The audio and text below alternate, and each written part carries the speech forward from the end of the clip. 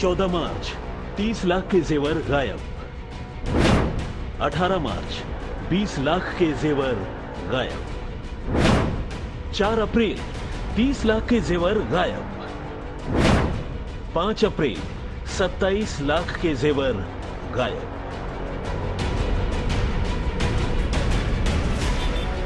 इंसान अपनी जिंदगी भर की गाढ़ी कमाई बैंकों में सिर्फ इसलिए रखता है ताकि उसकी जमा पूंजी की हिफाजत हो सके, किसी चोर की बुरी नजर या फिर कोई हादसा उसकी मेहनत को खाक न कर जाए। मगर कानपुर का एक बैंक माल रखने का नहीं बल्कि माल उड़ाने की ऐसी जगह बन गया है जिसके भंवर में फंसकर कोई एक दो नहीं बल्कि पूरे के पूरे 11 परिवार बर्बाद हो चुके हैं। हर रोज इस बैंक का एक लॉकर खुलता है और हर रोज धोखे की एक नई कहानी सामने आती है। बारी बारी से चाबी लेकर बैंक के ग्राहक और अफसर लॉकर तक पहुंचते हैं। लॉकर खोला जाता है और अंदर अरमानों की चमक की जगह सिर्फ धोखे का अंधेरा मिलता है। इस बैंक में यह सिलसिला पिछले 1 महीने से यूं ही चल रहा है और यह आगे कहां तक जाएगा ये कोई नहीं जानता। मगर सवाल यह है कि आखिर बैंक के लॉकर से एक एक कर ग्राहकों की दौलत कौन चुरा रहा है? बिना ताला तोड़े आखिर बंद लॉकर से माल उड़ाना कैसे मुमकिन है? वो भी तब जब लॉकर की सेफ्टी जबरदस्त होती है। लॉकर सिर्फ एक चाबी से नहीं खुलता बल्कि उसे खोलने और बंद करने के लिए ग्राहक की चाबी के साथ साथ बैंक के पास मौजूद चाबी की भी दरकार होती है। और सबसे अहम ये कि पूरा का पूरा लॉकर रूम ही बाहर से लॉक होता है। सीसीटीवी कैमरे 24 घंटे उसकी निगरानी करते हैं। कुल मिलाकर आप ये पूछ सकते हैं कि 7 तालों में बंद किसी चीज में सेंधमारी आखिर कैसे मुमकिन है? और इसी सवाल ने कानपुर पुलिस के साथ साथ पूरे शहर का दिमाग घुमा रखा है। Central bank of India, Karachi खाना ब्रांच, कानपुर, 14 मार्च 2022। यही वो दिन था जब कानपुर के इस बैंक से पहली बार ऐसी कोई खबर सामने आई। हुआ यूं कि सेंट्रल बैंक की एक ग्राहक मंजू भट्टाचार्य इस रोज बैंक में रखे अपने जेवर की साज संभाल के लिए यहां पहुंची थी। यहां उन्होंने करीब 30 लाख रुपए के जेवर रखे थे, जिनमें से उन्हें कुछ जेवरों की अभी दरकार थी और बाकी के जेवर की वो देखभाल करना चाहती थी। उन्होंने बैंक अफसर की मदद से लॉकर खुलवाया और जेवर निकालने की कोशिश की। लेकिन ये क्या, यहां जेवर तो दूर उसकी धूल तक नहीं थी। कहने का मतलब ये कि चोर पूरा का पूरा लॉकर ही साफ कर चुका था। लेकिन आखिर ये कैसे मुमकिन हुआ? इतनी टाइट सिक्योरिटी और इतनी देखभाल के बावजूद आखिर लॉकर से लाखों के गहने कैसे गायब हो गए? बस यही सवाल मंजू भट्टाचार्य के सिर पर बिजली की मानिंद गिरी और वो बदहवास हो गई। देखते ही देखते बात पुलिस तक पहुंची और पुलिस ने मौके पर पहुंचकर मामले की जांच शुरू कर दी। पहला शक बैंक पर ही था, क्योंकि बैंक वालों ने न तो किसी लॉकर में चोरी की कोई इत्तला लिखवाई थी और न ही मंजू भट्टाचार्य का लॉकर किसी तरीके से पहले तोड़े जाने के निशान ही वहां मौजूद थे। फिर सवाल यह था कि आखिर लॉकर बैंक वालों की जानकारी के बगैर कोई कैसे खोल सकता था? हाँ, सब जेवर रखा था। आज बोला तो कुछ भी नहीं मिला, कुछ नहीं है। तो कितने रुपए की लगभग चोरी हुई होगी? 30 लाख के ऊपर होगा।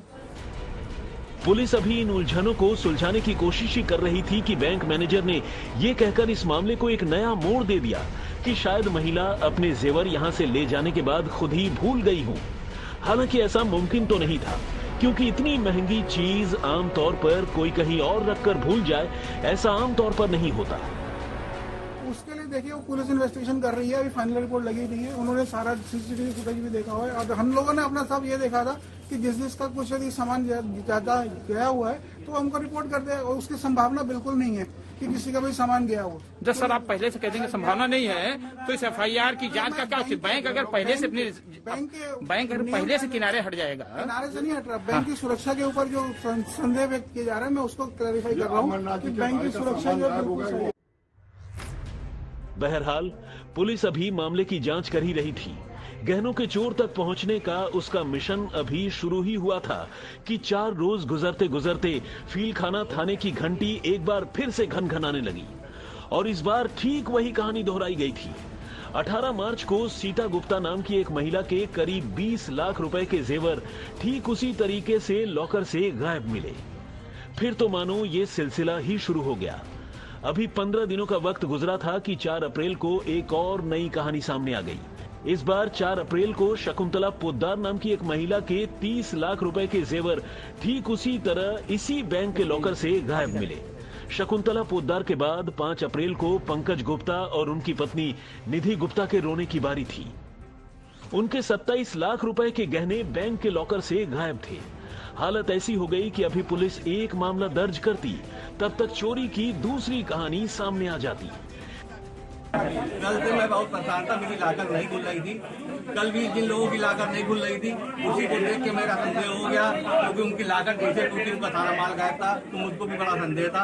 हम लोग को पूरी रात नींद नहीं आई, सुबह 10 बजे से आज ही बैंक में बैठे हैं। क्या चाहती हैं? अच्छा, क्या होना चाहिए बताइए आप। अगर आप पूछा जाए सरकार प्रशासन से क्या चाहती हैं, क्या होना चाहिए बताइए, हम लोग आपकी बात रखें, क्या चाहती हैं आप? और वो लोग बार बार परमिशन ले रहे तो लॉकर तुलवाने की जरूरत है। मैंने न्यूज में सुना है कोई रिकॉर्डिंग नहीं मांग रहे थे। वो क्या इतने लोगों के साथ इतना गंदा खेल कर दिया, इतने परिवार उजाड़ दिए। व्यापारियों को जानकारी हुई तो वो भी आकर चेक करने लगे। लगभग 50 की संख्या में यहाँ व्यापारी आ चुके हैं, जिसमें 4 लोगों का व्यापारियों के लाकर से पूरा सामान गायब है। और जब जीएम यहाँ पर मैनेजर से जब हम लोग पूछ रहे हैं तो अपनी जिम्मेदारी को जो है निर्वहन करने के लिए वो बच रहे हैं और हट रहे हैं। मेरा ये मांग है कि तुरंत इस पर जांच बैठाई जाए, तुरंत इस पर कार्रवाई हो, क्योंकि सारे भी जितने भी यहाँ पर अधिकारी हैं बैंक से लगे हुए, वो सारे लोग मिले हुए हैं। इसमें लगभग 3 FIR जो हम लोगों ने लिखाई, फिर SIT का गठन किया है, और जो टोटल कंप्लेंट्स आई हैं लोगों की वो 9 थी। तो हम 9 कंप्लेंट को संज्ञान में लेते हुए जो विवेचना हम लोगों ने और जो गहनता से पूछताछ और सारी चीज़ें उसको इकट्ठा करना स्टार्ट कर दिया था। चूँकि बैंक लॉकर जो ऐसी चीज़ है जहाँ पे ऑथराइज्ड एंट्री ही हो सकती है, उसको पहले हम लोगों ने वेरीफाई किया। कहीं किसी प्रकार से कोई अनऑथराइज एंट्री नहीं पाई गई, जो ऑथराइज एंट्री ही थी वही है।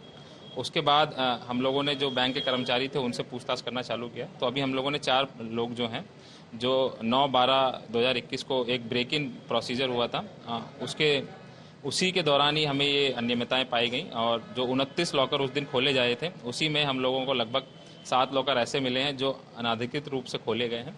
और हम लोग बैंक के कर्मचारियों से और गहनता से पूछताछ कर रहे हैं, और जो इनके द्वारा जो ज्वेलरी इसमें मिली थी वो कहाँ बेची गई और कैसे उसका धन अर्जित किया गया, उसकी हम लोग डिटेल से पूछताछ। कहने की जरूरत नहीं है कि इस मामले में बैंक के अफसर और कर्मचारी ही सबसे पहले पुलिस की रडार पर आए। अब पुलिस ने जांच तो शुरू कर दी, लेकिन लॉकर से जेवरों की चोरी का सिलसिला नहीं रुक रहा था, या फिर यूं कहिए कि चोरी पहले ही हो चुकी थी, लेकिन मामलों के खुलासों का सिलसिला अब भी जारी था। जांच में पता चला कि बैंक की इस शाखा के पास कुल 1141 लॉकर हैं। इनमें से 507 लॉकर ग्राहकों को किराए पर दिए गए हैं, जबकि बाकी के लॉकर खाली हैं। पिछले दिनों बैंक ने काफी दिनों से अनऑपरेटेड यानी निष्क्रिय पड़े लॉकरों को चेक करने की एक्सरसाइज शुरू की थी। ऐसे कुल 29 लॉकरों को चिन्हित किया गया था और उन्हें कड़ी निगरानी में खोला गया था। लेकिन पुलिस को शक है कि इस चेकिंग के दौरान ही किसी ने बाकी के लॉकरों में भी खेल कर दिया। चूंकि लॉकरों में कोई तोड़फोड़ के निशान मौजूद नहीं थे और न ही बैंक की ओर से कोई चोरी की शिकायत ही दी गई थी, ऐसे में शक की सुई बैंक वालों की तरफ घूमना ही लाजमी था। अब पुलिस ने आनन फानन में bank manager Ram Prasad, locker in-charge Shubham Malviya, locker mechanic Chandra Prakash और उसके 3 साथियों को गिरफ्तार कर लिया है।